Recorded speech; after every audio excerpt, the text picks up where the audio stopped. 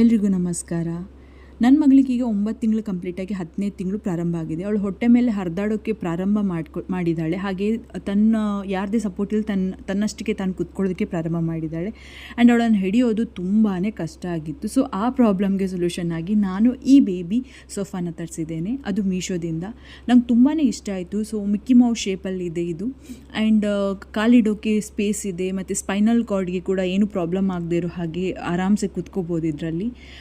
So ನನಗೆ ಇದು ನನ್ನ ಮಗಳು ಸ್ಟಾರ್ಟಿಂಗಿಗೆ ತುಂಬಾ ಹೆದರ್ತಿದ್ಲು ಕೂತ್ಕೊಳ್ಳೋದಕ್ಕೆ. ಆಮೇಲೆ ಸ್ವಲ್ಪ ಅಭ್ಯಾಸ ಆದ ನಂತರ ಇದನ್ನು ಬಿಟ್ಟು ಹೇಳೋಕೆ ಕೇಳ್ತಿರ್ಲಿಲ್ಲ. ತುಂಬಾ ಎಂಜಾಯ್ ಮಾಡ್ತಾಯಿದ್ಲು ಅದು ಕಿವಿಯೆಲ್ಲ ಹಿಡ್ಕೊಂಡು.